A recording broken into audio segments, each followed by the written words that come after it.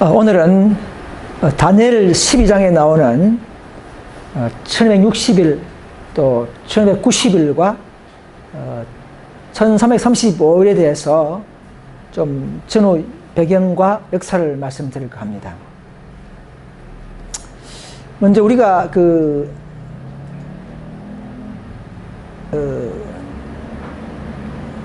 부조 선지자, 다니엘과 계시록, 대쟁투 이런 책들은 참으로 중요한 책입니다.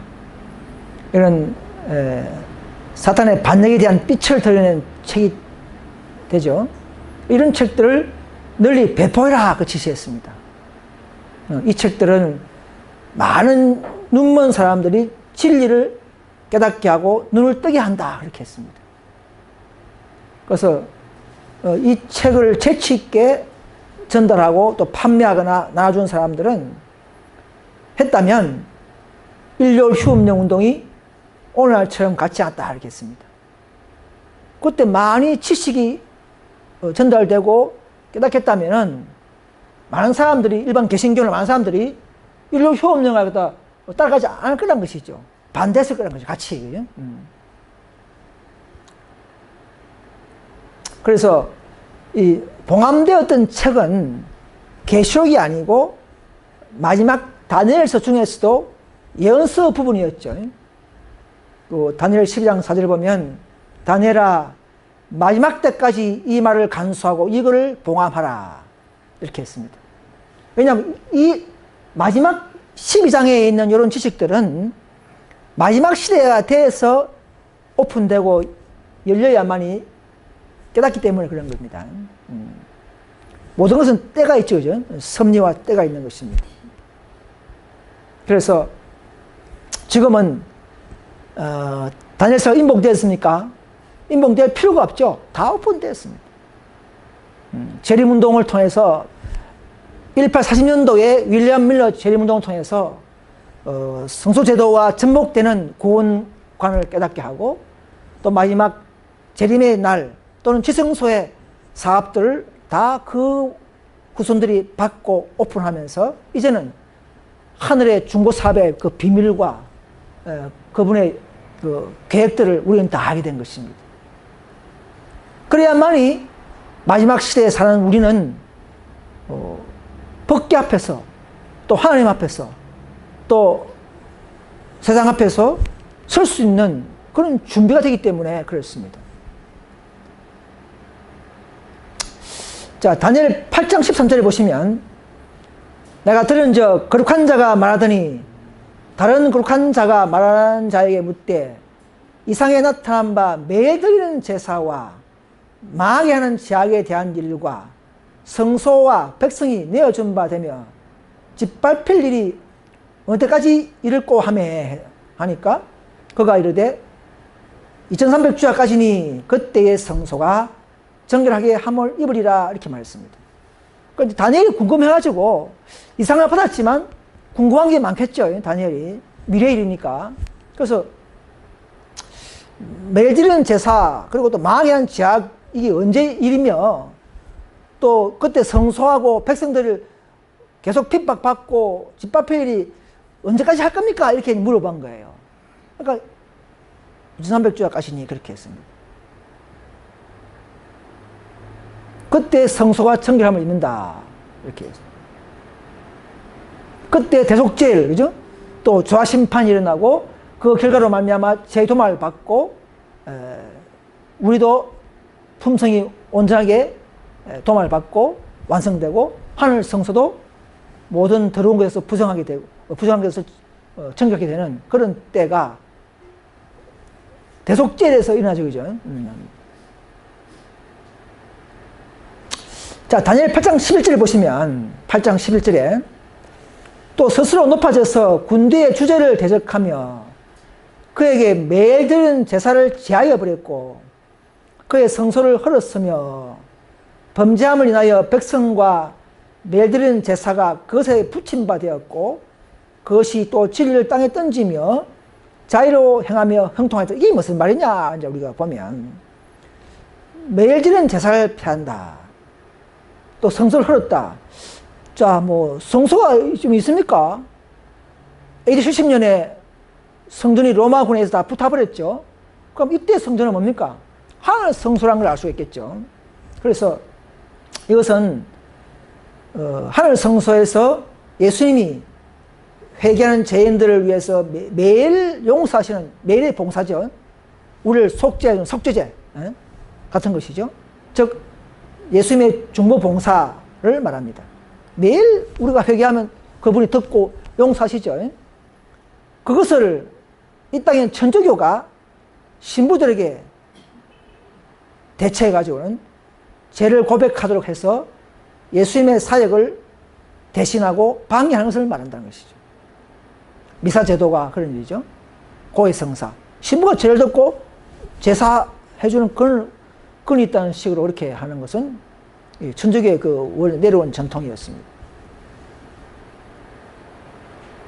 자, 오늘은 이제 우리가 배울 거는 뭐냐면, 다니엘 12장 11절에 보시면, 매일 드리는 제사를 폐하며 멸망케 할 미운 물건을 세울 때부터 1190일을 지낼 것이요. 자, 이게 뭐냐? 뭐, 매일 드리는 제사를 폐한다. 이것도 궁금하고, 멸망케 할 미운 물건이 또 뭐기도 궁금하고, 또 790일 뭐 지낸다. 이것도 이상하고, 그죠? 자,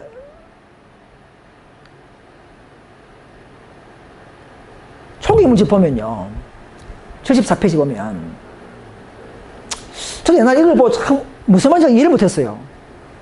그 후에 나는 매일 드리는 데 관한 것을 보았는데, 제사라는 말은 삶의 지혜로 된 것이며 원본에 없다. 원본에 없단 말이에요. 제사라는 말 없단 말입니다. 없고, 주님께서는 심판의 시간을 소리 높여 재난자들, 118사전 당시에 재림 성자들이죠. 그들에게 관한 바른 견을 주셨다. 1844년 이전에는 모두가 다 연합됐을 때는 거의 모두가 매일 드리는 데 대한 바른 견해가 일치되었다는 것이죠.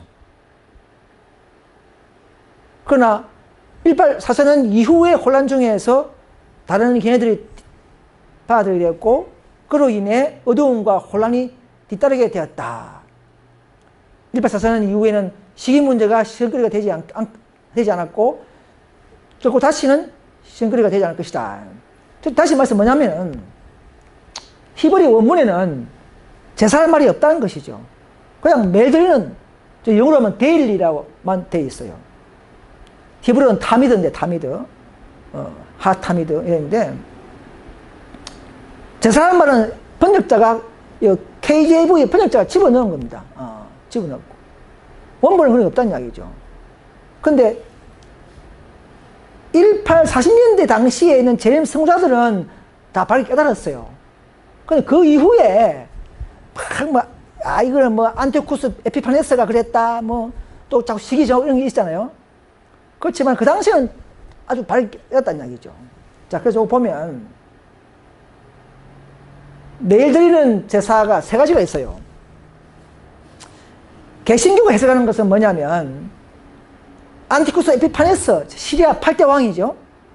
BC 167년경에 이 안티쿠스 왕이 막 성전에다가 제우스 신상을 세우고 돼지 제물을 바치고 막 그 제사를 펴고 이렇게 했어요. 그거 다 이렇게 가르치는 거예요, 개신교는. 개신교의 모든 책을 보면 그렇게 가르쳐요. 안티쿠스 에피파네스가 하는 행동이다. 그 작은 뿌리, 즉 안티쿠스 왕이다. 그렇게 말하는 거예요. 과거주의로 돌리는 거예요. 과거주의로. BC 167년도에 돌리는 거예요. 이거는 제수식으로 이렇게 만들어낸 것이죠. 근데 이제 1840년대 초기 재림 성자들은 매일 드리는 제사가 폐하는 게 뭐냐. 근데 이교주의다. 이렇게 가르쳤어요. 이교주의. 뒤에 또 내가 보여드리지만. 그래서 매일이라는 그 정확한 용어는 타미드, 즉 계속적인 이 말입니다. 매일 계속적인 타미드 이 말입니다. 그런데 이교주의가 이제 그 이교주라는 뜻을 갖다가 처음엔 그렇게 믿었어요. 근데 그 뒤에 이제 최근에 현대 와서는 지금은 이제 이게 정상이죠. 현대는 매일 계속적인 이 말은 하늘 성소에서 진행되는 그리스도의 계속적인 제사장 봉사, 그죠? 매일 용서하는 봉사, 그걸 가르친다는 것이죠. 근데 이것을 교황권이 가리우고 천주교 신부를 통해서 대신 대체 행사를 하도록 돌려놨다는 것이죠. 오늘날 이것이 이제 정답입니다. 그러나 1840년도에도 틀린 것은 아니에요. 여기 보면 이 도표 이게 뭐냐면 밀러가 사용한 도표예요. 밀러가 그 당시에. 여기 보면 여기 있죠, 그죠?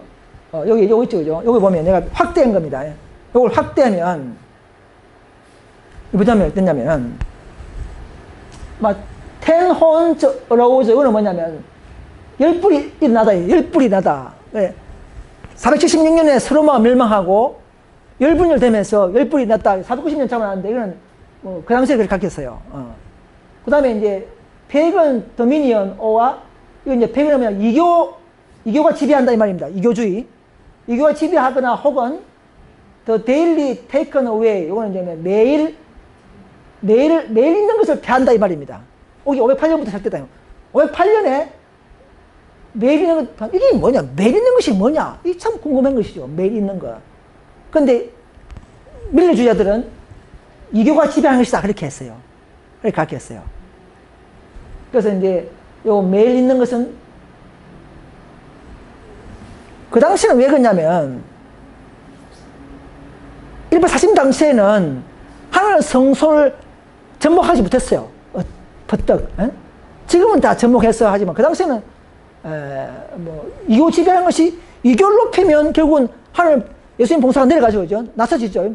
대체하죠, 그죠? 그러니까 마찬가지인데 우리는 좀 더 정확하게 깨달아가지고는 매일 있는 것을 폐하는 것이 뭐냐면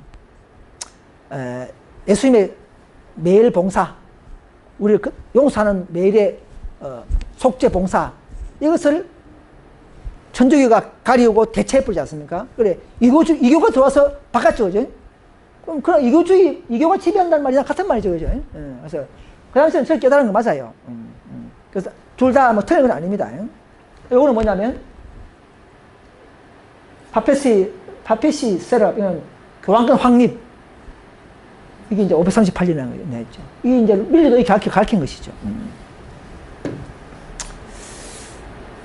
자, 그래서 그 다음에 여기 보면 완전한 그리스도인 되는 길 95페이지 보면 여기에서 매일이라는 말은 매일 드리는 제사가 아니고 날마다 드리는 성소의 전체 의식을 말한다. 제사는 일부분에 불과하죠, 그죠? 제사. 타미드라는 말은 끊임없는 계속적인 그 말입니다. 그래서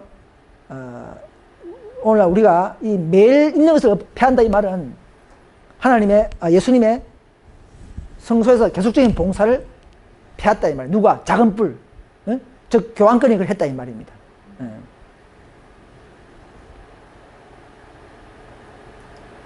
그래서 이게 바르게 이제 이 존스가 이제 해석한 건데요.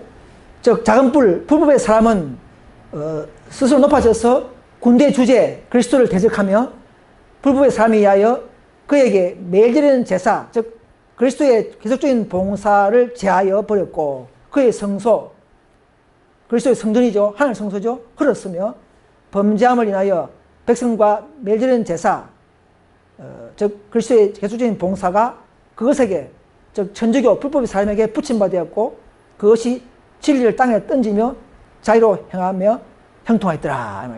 오늘 미사제도가 들어오고 고액성사가 들어오고 화채설 들어오고 들었잖아요, 그죠? 이런 것들 들어와가지고는 하늘 성소의 아름다운 봉사의 지식과 진리를 다 가린다는 것입니다. 천주교 가보면요 예언 지식이 없어요. 전부 천주교 교리로 바꿔난 거죠. 이게 이제 508년부터 시작해요. 508년부터 시초가 시작됐다 이 말입니다. 그래서 다니엘 10장에 보면 군대는 그의 편에 서서 성소 곧 견고한 곳을 더럽히며 매일 드리는 제사를 폐하며 멸망케 하는 미운 목을 세운다. 이게 멸망케 하는 미운 목이 뭐냐? 이 말은요, 즉 이교 로마의 자리를 교황이 차지하는 것을 말하죠. 멸망케 하는 미운 목. 이건 뭐냐면 다니엘 8장, 9장, 11장에 다 나와요. 멸망케 하는 제약이 뭐냐면 이교와 교황제도가 포함되는 걸 말합니다. 교황권은 즉 한마디 그래 이교 로마나 교황권을 말해요. 미운 목이 뭐냐? 그건 성소를 덮이는 우상제도를 말하죠. 그건 결국은 이교주의를 말하죠. 그건 로마. 그래서 옛날 초기에 제임스 총장은 다 이교주의로 가르쳤어요. 그죠? 결국은 이제 또 교황 로마까지 포함되죠. 미울 무근이 뭐냐?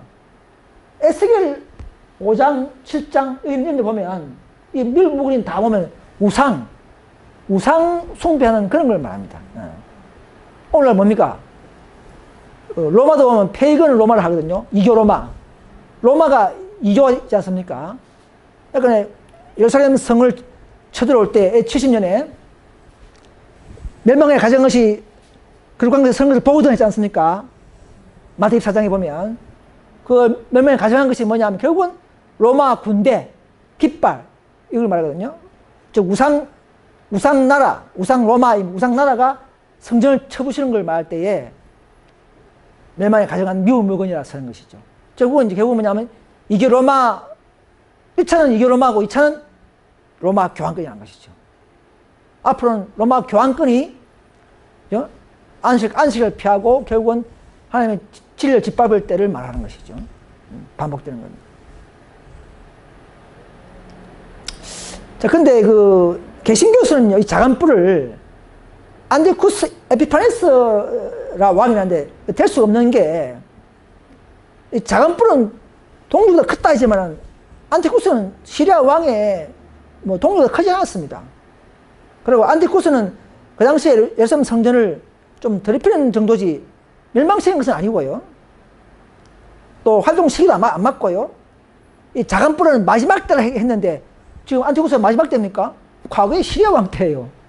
안 맞죠, 그죠?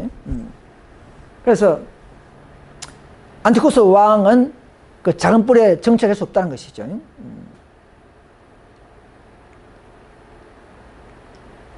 자, 그럼 1260년이 뭐냐? 잘 알다시피 중세기 교황권의 핍박 기간을 가리키는 숫자입니다.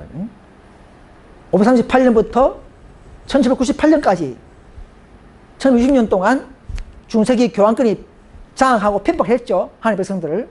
그 기간을 하나님은 계속적으로 우리가 7번 정도를 집어넣으면서 42달, 3년 반, 1260년 이렇게 하면서 계속적으로 그 기간을 우리에게 각인시키고 깨닫게 하셔서 교황권, 작은 뿔의 정체, 즉 복합짐승의 정체를 알게 하는 방법이었습니다. 그 1798년에는 뭡니까? 교황 피우스 6세가 나폴레옹에 잡혀가 죽죠, 그죠? 머리 하나가 상했죠. 그래서 그때가 이제 교황권이 몰락하는 때를 알려주면서 마지막 때가 시작되는 것이죠. 그럼 508년에 무슨 일이 있었는가? 508년이 뭐냐? 이게 중요하죠. 자, 496년에 보면은 프랑크 왕, 지금은 미국처럼 하도 그 당시에는 서부 유럽을 장악하는 나라가 프랑크였습니다. 클로비스 왕이 게르만족 알레마니를 쳐부수고 이 성전이다, 이 그리스도가 도와준 것이다 이렇게 생각하면서 또 507년에는 또 프랑크가 아라리게 고토족도 쳐부수고 3000명 군대와 함께 침해받고 천주교로 개종해버렸어요. 그때 알레마니나 고토족은 다 아리안주의자거든요. 저 여호와 증인처럼 예수님은 하나님의 아들이 아니다 이렇게 믿는, 피조물이다 이렇게 믿는 아리안주의가 성행했어요. 심지어 동로마 황제도 아다나티우스도 아리안주의도 속했어요. 그러니까 그때는 로마 교화가 신학적으로 좀 힘이 약했어요. 그럴 때 프랑크 왕이 군대를 끌고 아리안주의를 다 접으시면서 교회 입교하니까 얼마나 힘이 됩니까? 그래서 508년은 뭐냐면 프랑크 왕이 동로마 황제 아나스타시우스로부터 로마의 명예 집정관 칭호도 받고 교회에 입교가 되고, 이러니까 정치와 종교가 연합되는 놀라운 기초가 된 것이죠. 신학적으로도 교육적으로도 기초가 되고 정치와 연합의 기초가 시작이 언제냐? 508년이라는 것이죠. 이세벨과 아합이 딱 하듯이 정치와 종교연합하면 그 무서운 거거든요. 즉 하나님의 나라를 파괴하고 진리를 땅에 던지는 그 기초가 508년부터 시작됐다 이 말입니다. 그걸 우리가 알아라, 호기심에게 연구해라 이 말이에요. 그래서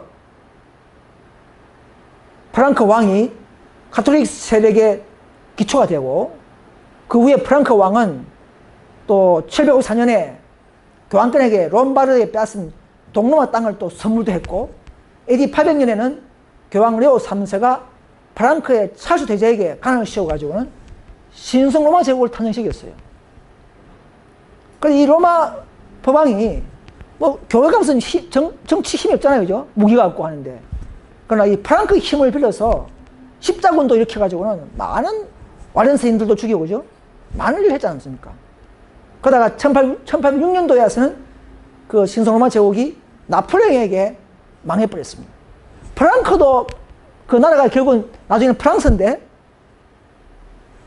초기에 프랑크는 교황권의 힘이 돼줬고, 말기에 프랑크의 후손인 프랑스는 도로 교황권을 죽여버리는 이런 재미있는 역사가 생긴 것이죠. 아무튼 그 508년에는 정치와 종교와 연합되는 놀라운 기초를, 튼튼한 기초를 마련해 줬다는 것이죠.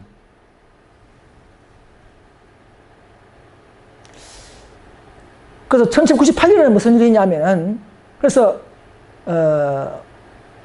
이제 그 막강한 교황권이 이제 1760년도간 장악하고, 1798년도에 프랑스 혁명의 끝에 프랑스 혁명의 버티어 장군이 바티칸을 피오 6세를 잡아다가 옥사해버렸죠. 그래서 교황권이 멸망한 연도를 우리가 이게 알려주면서 하나님 백성들의 그 핍박이 언제까지 짓밟힐 것이냐 하는 그 결론이 나온 것이죠. 그죠?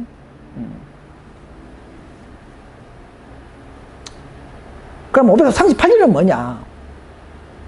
538년은 뭐냐면, 동로마 황제 유스티니우스가 이제 빈자리에 있는 서로마의 정치력을 회복시키기 위해서 로마 교회 감독에다가 로마 감독을 전 세계의 머리라고 선언해버리고 533년에 이렇게 했어요. 그래가지고는 헬라이 또 서코트, 반달, 동코트 다 정복해버리면서 지상권을 확립한, 그야말로 이제는 상대할 사람이 없잖아요, 그죠? 지상권을 확립할 때가 538년인 것이죠. 그때부터 이제 도아디아 시대 돼가지고 이제 지상권을, 그때는 이제 중세기 암흑 시대야. 그때는 진리는 다 암흑된 상태죠. 교황권만이 이제 두고 나타나는 그런 시대에 그 연도를 우리에게 알려주시는 것입니다. 자, 그 다음에 다니엘 12장 12절에 보면, 기다려서 1335월까지 이르는 자는 복이 있다. 이게 뭐냐 말이야. 복이 있다 그래요. 이게 무슨 복이냐는 걸 알아야 되겠죠. 자, 다니엘 12장 2절에 보면, 땅의 티끌 가운데서 자는 자 중에 많이 깨어서 은혜를 얻는다. 즉, 천사 기별을 믿고 죽은 자는 또요, 특별 부활시키 버린다. 그죠? 특별 부활시키 있습니다. 또, 계시록 14장 13절에 보면, 자금 이후로 죽은 자는 복이 있다 하지 않습니까? 자금이 죽은 자는 복이 있다. 그게 언제입니까? 1844년 이후에, 즉, 세천사 기별이 주어진 때부터는 그 기별을 믿고 죽은 자는 죽어도 다시 살고, 복을 받는다 이 말입니다. 무슨 복을 받느냐? 즉, 지성소에서 봉사하는 자 숫자 몇 명입니까? 14, 4천 명에 들어갈 특권이 시작됐다는 얘기예요. 또 이때부터는 대속죄의 시작이요, 조화심판의 시작이요, 완전한 제도말이 있죠. 이런 놀라운 지성소에서 일어나는 하나님의 비밀을 다 알 수 있고, 지식으로나 또는 능력으로나 또는 품성으로나 완전한 자기를 얻을 수 있는 그런 때가 시작이, 그리고 하나님 특별한 인침을 받는, 하나님 보좌에서 옆에서 봉사자로 근무하는 특권을 얻는 그 시작의 인침이 1844년부터 시작됐다는 것이죠. 근데 생애빛은 왜 안 가르치죠? 언제부터 시작됩니까? 인천자가. 인류협령 통과하고 나부터 가르치죠. 그러면 자금을 중자 복 있다 그 말이 안 되잖아요. 그죠? 우리는 1844년부터 그 복은 시작된 것입니다. 그때부터 언제든지 재림할 수 있고, 우리가 바르게 믿음과 연합이 되면 언제든지 늦음이 받고, 언제든지 또 재림할 수 있는 그런 열린 시대가 1844년부터 다 주어진 것이죠. 우리의 믿음에 따라서 헌신에 비례하면서 상급받는 그런 때가 1844년부터 주어졌기 때문에 복이 있는 겁니다. 그죠? 복이 있는 거예요. 근데 우리가 안 해서 그렇지, 그죠? 복은 다 주어지는 것이죠. 자, 이 도표 보시기 바랍니다. 그래서 538년은 교황권의 기초가 세워졌죠. 그죠? 정치와 종교 연합 때문에 말미암아 기초가 세워진 때가 538년이고, 538년은 이제는 막강하게 취상권을 확 경쟁자가 없이 권력을 누리는 확립때가 538년이라는 것이죠. 이때는 무슨 시대죠? 버가모 시대, 세속화되는 시대죠. 이교가 들어오면서, 그죠? 이때는 도화대 시대가 돼가지고 완전히 박해 기간이 되죠. 그래서 다 아시는 도표이기 때문에, 그러나 또 모심들을 위해서 제가 만들어 봤습니다. 근데 보면은 많은 사람들이 저 도표를 가지고 어떤 분은 그래요. 요걸 가지고 인류 효용을 계산해 가지고 1990일 3년 반, 또 그 후에 재림 이렇게 하는 사람이 있어요.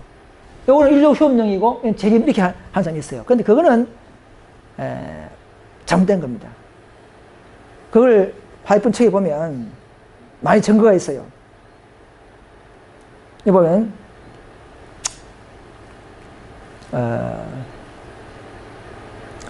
명확한 때에 기초한 또 다른 기변이 없을 것이다.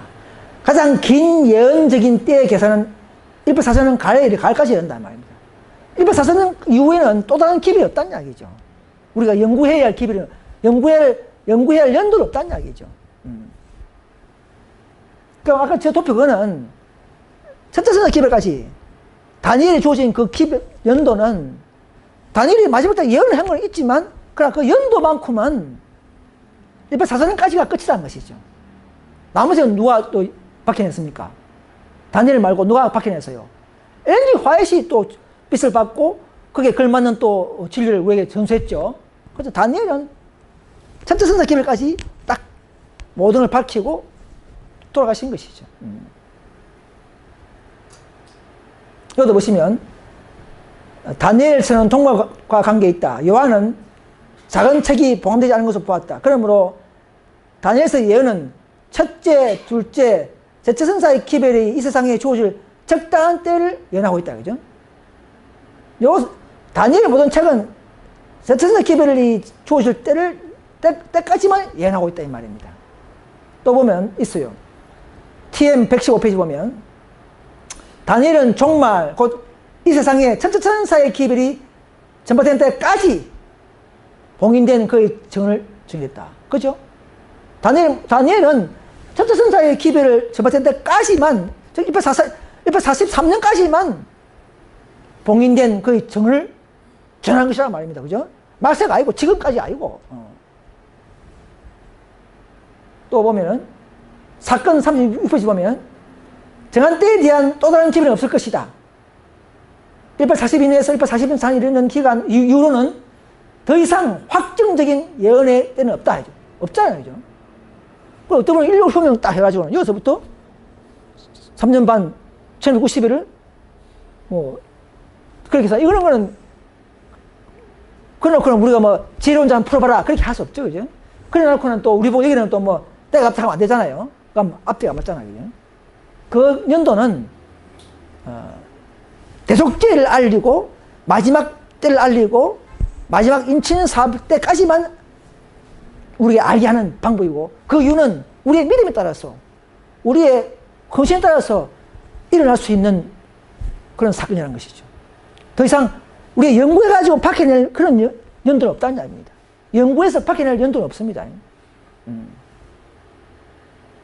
여기도 보세요. 가르폰 기별 1권에 보면 189페이지. 우리는 시기에 관한 자극을 받아서 신앙생활을 해서는 안 된다 했죠.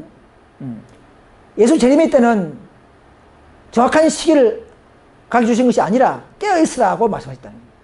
아까부터 뭐 1990일, 1935일 딱 이래가지고는 깨달아라, 연구해라 긴 게 아니고 그런 게 없다는 이야기예요. 때와 시기는 공모해서는 안 된다 이 말입니다.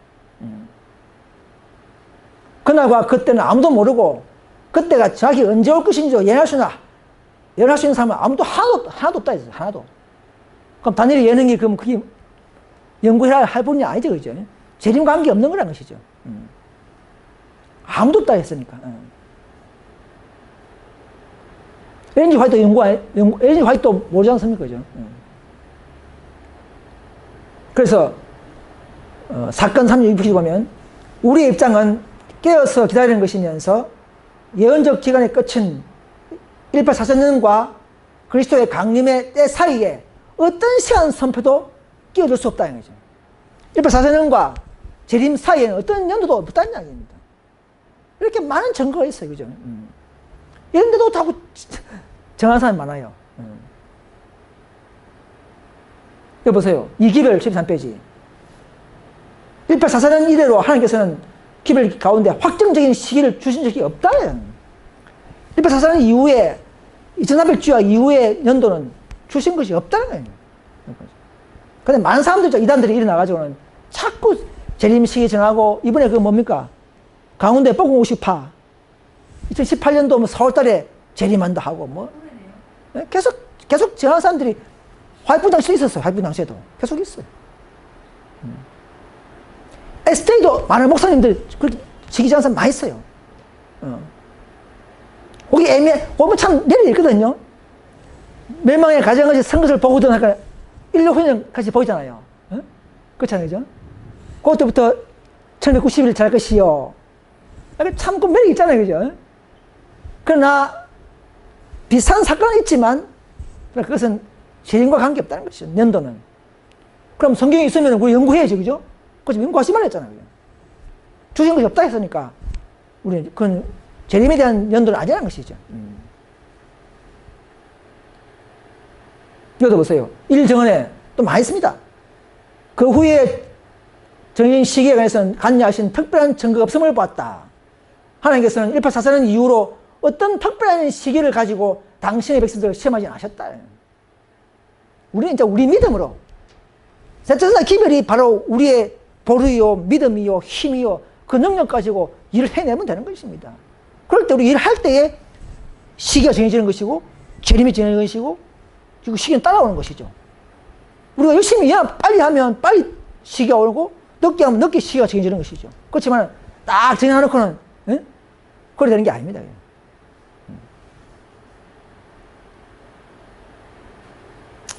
여기 보면 1844년 이후부터는 백성들이 준비되면 언제든지 재림할 것이다. 그죠? 1844년에 대실망 후에 셋째 선사의 기별을 받아들이고 성령의 능력으로 그 기별을 세상에 선포하고 그들의 믿음을 굳게 지키고 섭리를 따라 연합하여 나갔다면 그들은 하나님의 구원을 보게 될 것이다. 그때도 그들의 노력에 크게 역사하실 것이며 사업은 이미 마쳐지고 그리스도께서는 이미 오셔서 백성들에게 상급을 주실 것이다. 그래서 강림이 이처럼 지체된 것은 본래 하나님 뜻이 아니었다는 것입니다. 그래서 이 기별 379페이지 보면 참된 파수꾼의 음성은 계속적으로 아침이 오나니 밤도 오리라고 외쳐야 할 필요가 있다. 우리가 여호와의 크신 날을 준비할 수 있게 하기 위하여 분명한 나팔 소리를 내야 한다. 오늘날 우리가 사는 이 세상에서 여러 가지 교리들이 범람하고 있다. 수천 가지, 수만 가지의 교리를 가르치는 종교단체가 많이 있으나 하나님의 기호와 특징이 있는 종교는 오직 하나뿐이다. 하나님의 교회는 하나뿐이라는 것이죠. 수천 수만 가지 교리를 가진 교회가 많지만 하나님의 기호와 특징이 있는 종교는 오직 하나뿐이다. 마지막으로 완전한 그리스도의 되는 길을 보면요, 우리의 대제사장이 참 성소를 정확히 하는 사업에 앞서 참 성소에서 행하시는 대제사장의 사업에 참여한 모든 사람들, 곧 모든 신자들이 정결케 되어야 한다. 분명한 것은 예수를 믿는 모든 신자들의 마음에서 허물이 마치고 죄가 끝나고 모든 불의가 영원히 속량되고 영원한 의가 드러나는 체험을 비로소 해야 비로소 참 성소의 정결이 맞춰질 수 있는 것이다. 우리가 먼저 죄를 버리고 그리스도의 품성이 우리 품성이 되고 의가 우리 안에서 밖으로 드러나는 때가 있어야만이 예수 재림도 가능하고 하늘 성소가 맞을 수가 있는 것입니다.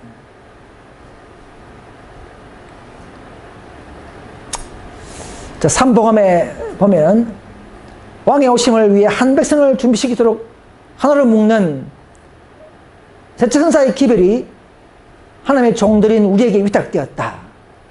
우리는 듣고자 하는 모든 사람들에게 진리의 지식을 전하기 위해서 온갖 노력을 경주해야 하며 그리야 할 때에 많은 사람들이 그 말씀을 따르게 될 것이다.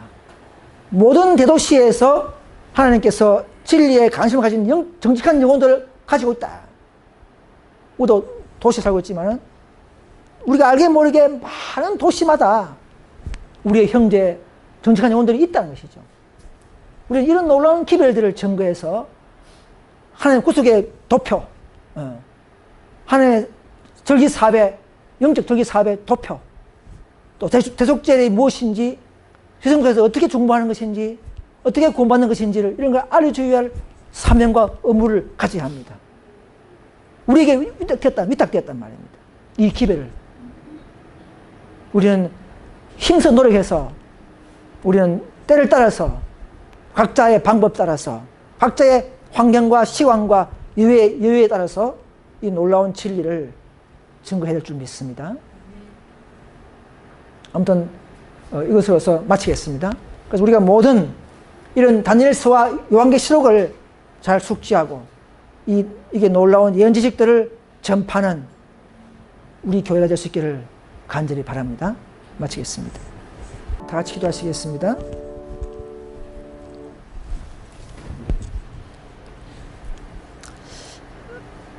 하늘에 계신 우리 아버지, 다니엘서 예언들이 이제 포함되었지만은 이제는 다 오픈되고 요한계시록과 접목되는 놀라운 예언들을 다 알게 해주신 은혜를 감사합니다. 중세기 1560년간 교황권이 핍박하고 장악한 기간이 1560년이요. 또 508년에 프랑크 왕이 정치가 교황과 연합하면서 종교납의 기초를 이룬 508년부터 1291은 바로 마지막 또 교황권이 몰락하는 그 기간이며 또 그때부터 1335일은 마지막 지성소의 문이 열리고 영원한 복음이 전파되고 새천의 기별을 듣는 자들에게는 특별한 복이 있는 즉 13만 1000명의 인침을 받고 그 자기에게 들어가는 그런 놀라운 때인 줄 믿습니다. 이 놀라운 다니엘의 예언들을 또 이 진리를 알지 못하는 천주교와 개신교 등에게 전파해서 이 시대에 그리스도께서 중보하시는 섭리와 이 모든 체계를 바르게 전달하고 그들도 함께 복을 누릴 수 있도록 우리에게 사명과 의무를 돈독히 하며 용기를 허락하여 주시옵소서.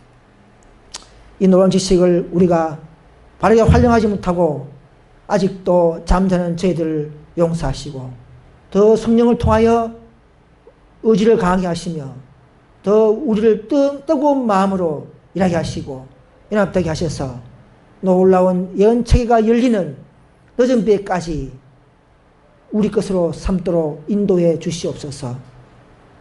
이 놀라운 이 진리들 더욱더 상기시켜서 이제 각 교회마다 더 연합되고 사명자가 나타나고 정말 헌신하며 정말 목숨보다도 진리를 더 사랑하는 자들을 탄생할 수 있기를 간절히 바라며 예수님의 이름으로 간절히 기도드립니다.